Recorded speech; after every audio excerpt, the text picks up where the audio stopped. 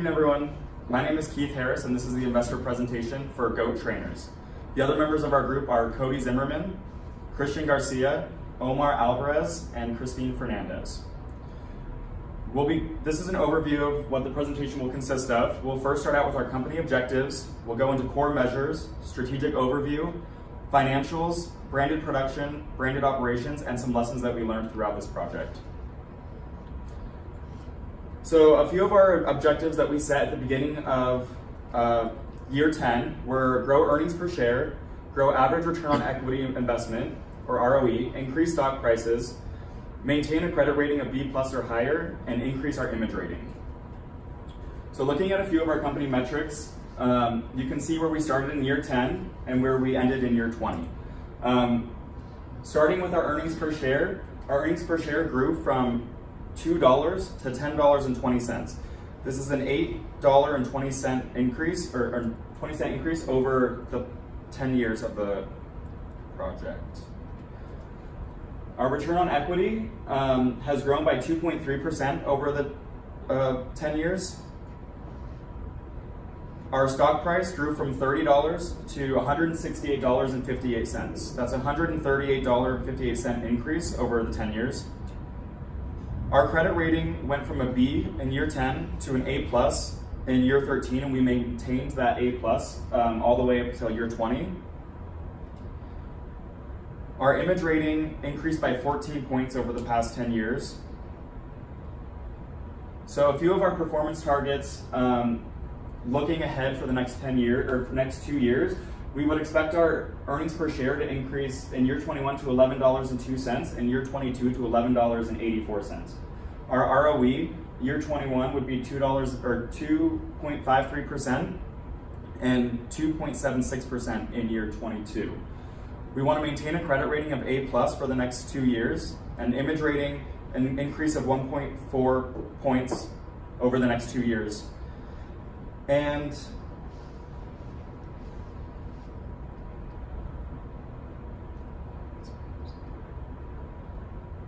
our stock price would increase by $14 per year for the next 2 years. And so in year 21, it would be $182.58, and in year 22, $196.58. Next, we'll hear from Cody about our strategic company plan.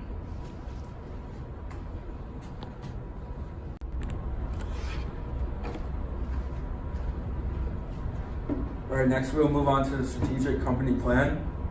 First, we really saw an idea in moving manufacturing to the Asia Pacific region.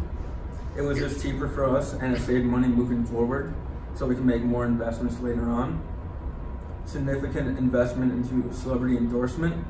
We did endorsement deals early on. As soon as one contract ended, we would bid on new celebrities in hopes to gain more endorsements. This helped us against the competition as they were unable to get the celebrities that we pursued. Expanding the number of models. Having a variety of shoes to sell gave us many options and helped us gain more consumers. Focusing production efforts on the wholesale and internet markets. We didn't touch the private label market due to it being too costly, while the wholesale and internet markets is what we really focused on and helped us gain a really good profit. And lastly, high investment on training.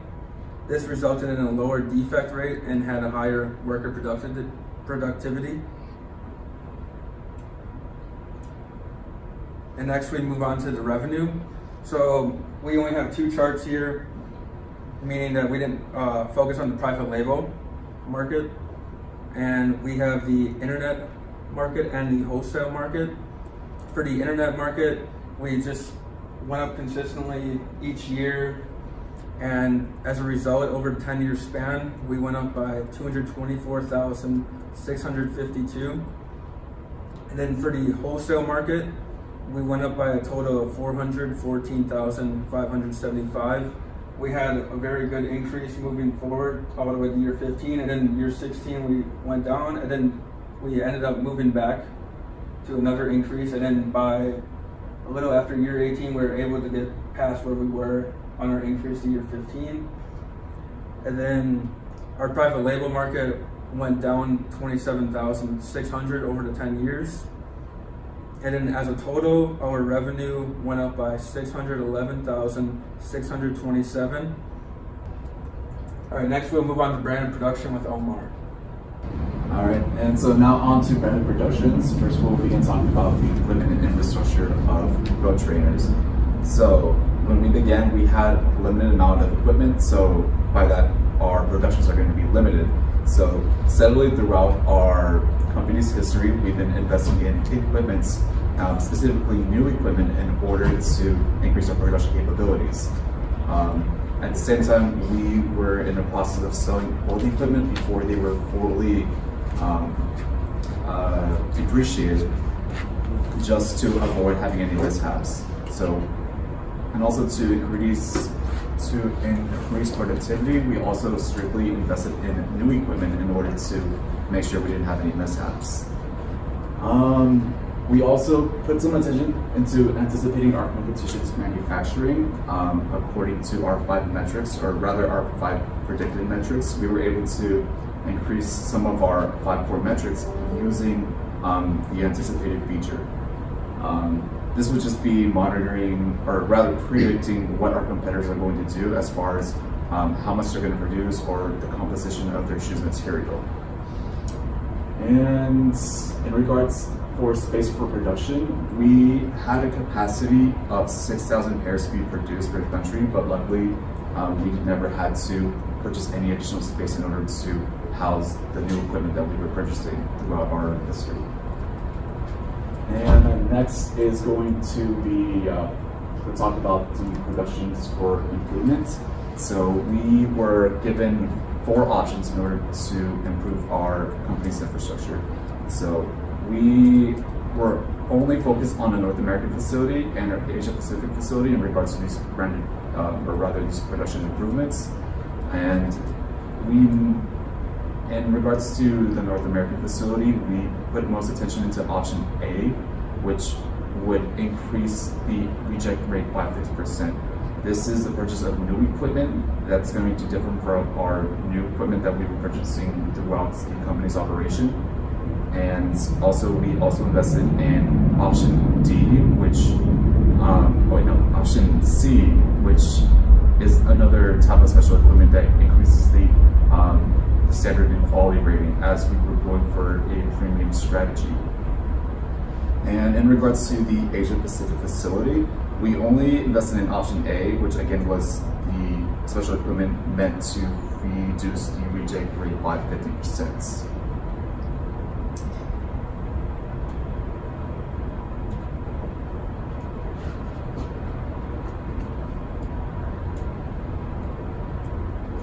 Okay. And so here you can see a nice graph that illustrates our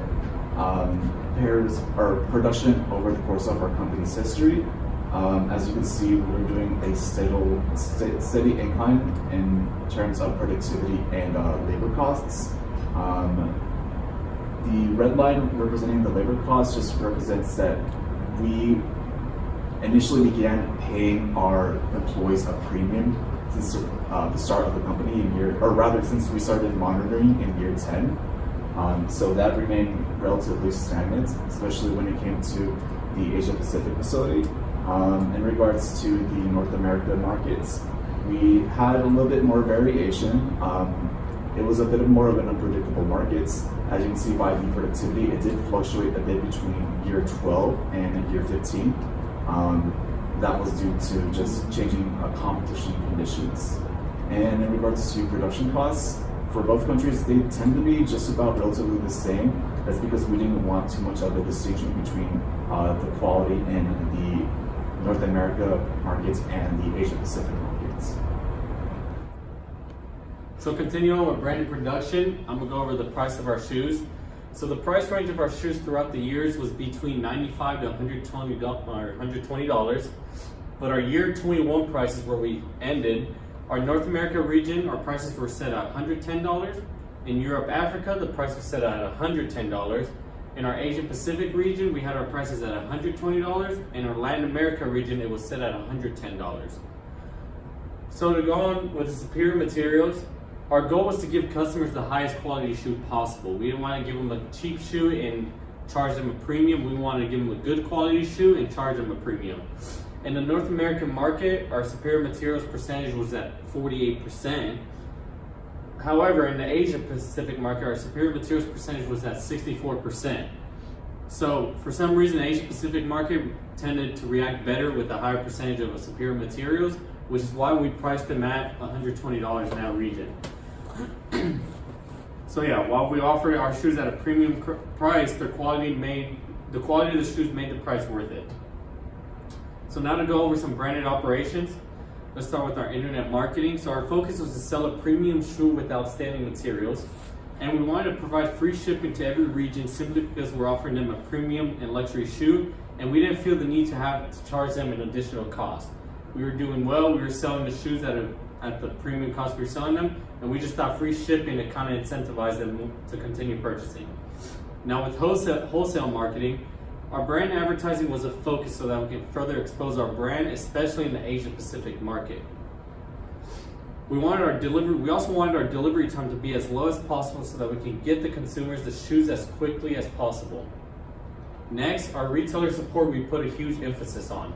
We really wanted to have as many retail stores throughout each region to supply or carry our shoes and sell them, so we can sell them to as many people as possible. And now with celebrity endorsements, we mainly focus on Chuck Norris and Steph Caraway because they had a huge influence on the Asia Pacific region, which was the region we mainly targeted. We had the Asia Pacific region, the price was at $120, and the wholesale marketing price was at $86, and our superior materials was at 64%. So our Asia Pacific market was really a focus. They really reacted very well to the high premium shoe, and now I'm going to pass it off to Christine, who's going to talk about the lessons that we learned.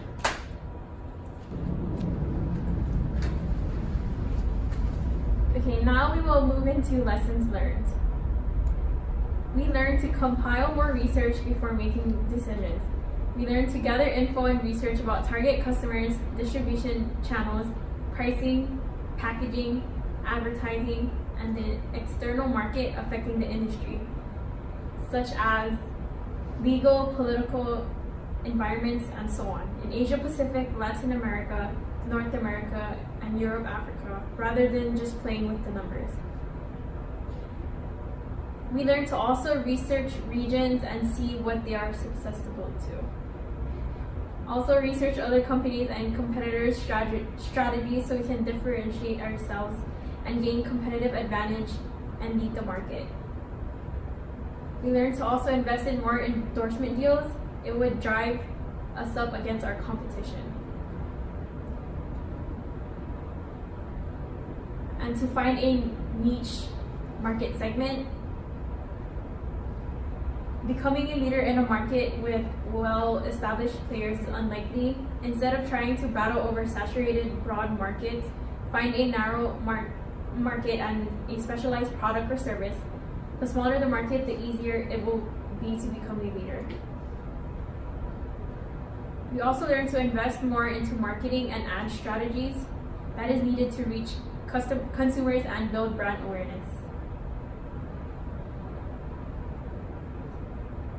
We also learned to discuss decisions as a team. Because we were also busy and had conflicting schedules, we all worked on it separately sometimes. 5 brains is better than 1. Also, teamwork makes the dream work. Better time management, planning ahead, and communication to keep everyone in the loop makes the dream work. Now I will hand it over to Keith.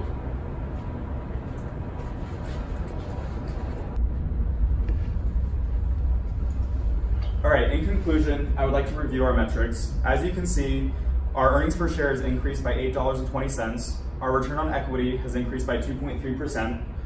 Our stock price has increased by $138.58. Our credit rating has maintained an A+ rating since year 13, and our image rating has increased by 14 points. As our projected performance targets, we would like to see an increase in those as well over the next 2 years. Our earnings per share we expect to increase by 0.82 cents per year, ROE 0.23% per year, Our credit rating, we want to maintain an A+ rating. Our image rating, 1.4 points per year, and our stock price, $14 per year. That's why we think GOAT Trainers is a good investment, and we think that you should invest. Thank you.